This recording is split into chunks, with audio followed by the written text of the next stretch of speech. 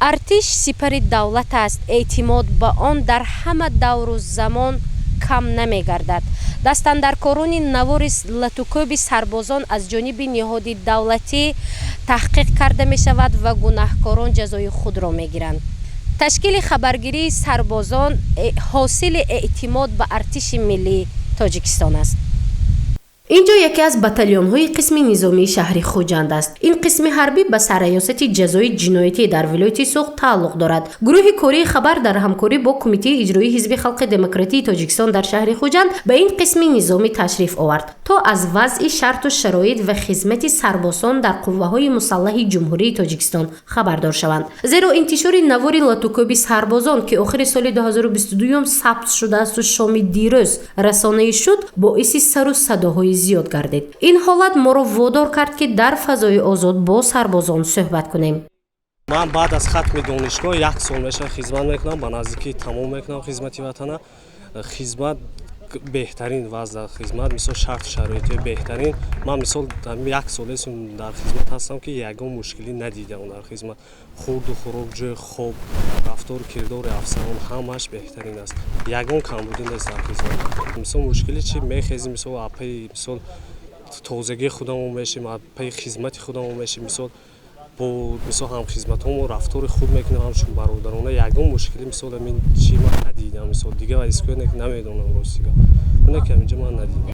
این جوان شهزاد قیوموف است. وی پس از ختم دانشگاه زبانهای جمهوری تاجیکستان به نام ساتیم اولوغزاده برای ادا نمودن وظیفه جوانمردیش به صف قوه‌های مسلح جمهوری تاجیکستان پیوست. بیش از 6 ماه می شود که در این قسم حربی وظیفه جوانمردیش را به جا می آورد. میگوید خدمت برای آنهای دشوار است که مشق نمی کنند و حس بلند وطن پرستی ندارند. او میگوید لاتوکوب سربازان را جوانان صادر کرده است که معرفتش پست است.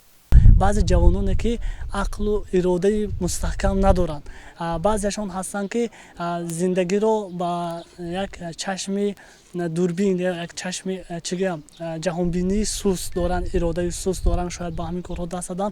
لیکن این گونه حالت ها رو من عموما نظارت نکردم. در ما این گونه وضعیت ها نیست. با یک سری بلند دوستانه همچون برادرانه خدمت وطن رو از یک گریبان سر برداشته ما خلق ملت خویش رو حمایت کرده ایستادیم. خدمت وطن رو با سری بلند ادا نموده ایستادیم. بعد نصف روزی سنه 25 اپریل با تشبث کمیته اجرایی حزب خلق دموکراتی تاجیکستان در شهر خوجند، گروه ختم کنندگان چندی از مؤسسه‌های تعلیمی شهر به یکی از بتالیون‌های قسم نظامی آمده از زیست و زندگانی سربازان و افسران با خبر شدند. یعنی روزی درهای گشاد تشکیل و برگزار کرده شد. مقصد آن دیدن شرایط در قسم‌های نظامی و بیدار کردن ذوق مهنت پرستی جوانان است. ما به یکی از قسم‌های شهر خوجند آمدیم و به خدمت می آییم. چرا؟ چون که احوالش خیلی خوب می باشد. در خدمت مردم آب و تاب می یابند. رئیس کمیته اجرایی حزب خلق دموکراتی تاجیکستان در شهر خوجند بختیار اسماعیل جانوف با برابری تشکیل روزی درهای گشاد به یک چند نفر سربازان قطاری سپاسنامه برای فعالیت پرثمر و حفظ مرز و بوم کشور تقدیم کرد. همچنین برای تربیت فرزند به مادر سربازان فعال رحمتنامه تقدیم نمود و گفت مقصد از تشکیل این کار بلند برداشتن روحیه سربازان است.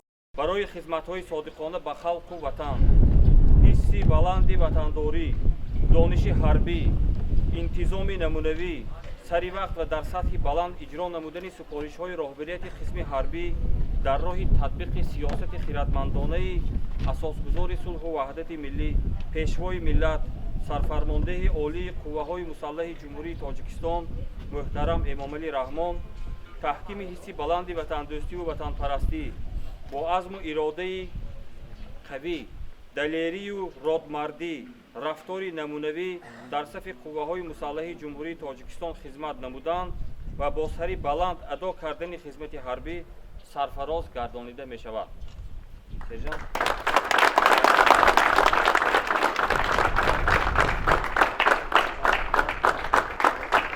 قهرمانان گزارش ما به جوانان تاکید میکنند که خدمت به صف قوه‌های مسلح جمهوری تاجیکستان این عهده‌داری هر جوان است. از این رو سرکشی نکرده برای حمایت مرز و بوم و ماده باشند تا مادر، پدر و یار و برادر خود را حفظ نمایند. وضع در خدمت حربی به نهایت خوب тамоми шахту шароитҳое ки имрӯз барои мо ҷавонон аз тарафи давлату ҳукумати ҷумҳурии тоҷикистон махсусан бо дастгирии асосгузори сулҳу ваҳдати миллӣ пешвоии муаззами миллатамон муҳтарам эмомалӣ раҳмон ки ҳама вақт дар паёмҳои хеш дар баромадҳои хеш таъкид мекунанд ки ман ба ҷавонон эътимоди калон дорам, ман ба ҷавонон боварӣ дорам ва ҷавонон ки ояндасози миллат ҳастанд ва имрӯз ин қадар имкониятҳое ки баҳри мо ҳаст ва мо аз он бо тамоми имкониятҳо истифода бурда истодаем ва бояд гуфт ки халқи тоҷик аз қадим дорои таъриху тамаддуни худ буд ва дар заминаи ин дорои фарзандони шуҷои худ буд. Аз он ҷумла Темурмалику Восеву Муқанние ки халқи худро аз аҷнабиён чӣ гуна ҳимоя карду ҷони худро сипар карда миллати хешро эмин нигоҳ дошт.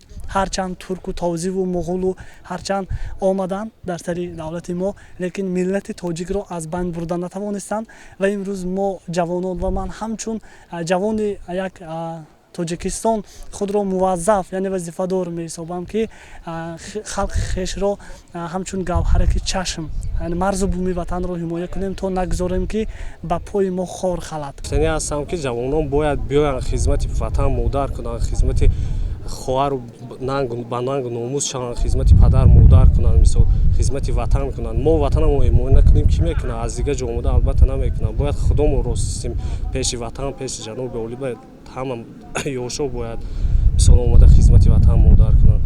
Ман ҳамчун худам мисол баъд аз хатми донишгоҳ ихтиёран мисол нависта омадам ана хизмат ягон мушкилӣ надидам. Аз хизмат мисол ман тарбияи мисол илмӣ, тарбияи мисол ҳаётӣ ҳама чиро гирифтам. Ман 100% аз хизматкаригим розӣ ҳастам. ҳоло дар ҷумҳурии тоҷикистон тибқи фармони сарфармондеҳи қувваҳои мусаллаҳи кишвар Эмомалӣ Раҳмон даъвати баҳоронаи ҷавонон ба сафи қувваҳои мусаллаҳи ҷумҳурии Тоҷикистон идома дорад.